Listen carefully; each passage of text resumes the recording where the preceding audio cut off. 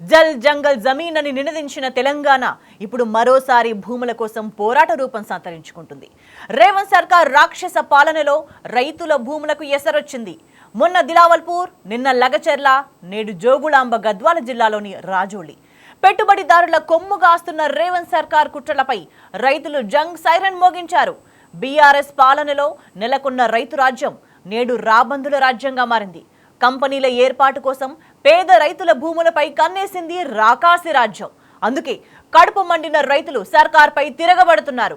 కాంగ్రెస్ పాలనలో ఈ పోరాటాల ప్రస్థానం ఇప్పటితో ఆగేది కాదని ప్రజలకు తెలిసిపోయింది. తాజాగా జోగులాంబ గద్వాల జిల్లాలో జరిగిన ఉద్రిక్తతలే అందుకు నిదర్శనం.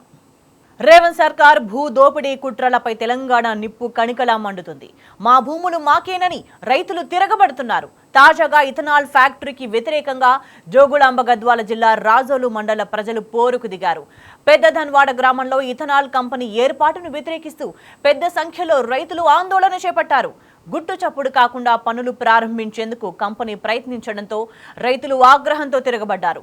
గాయత్రి ఇథనాల్ కంపెనీకి చెందిన కార్లు, టెంట్లను రైతులు ధ్వంసం చేశారు. కంటైనర్ డబ్బాలకు నిప్పు పెట్టారు. కంపెనీ నిర్మాణ పనులు చేయిస్తున్న కూలీలను రైతులు తరిమికొట్టారు.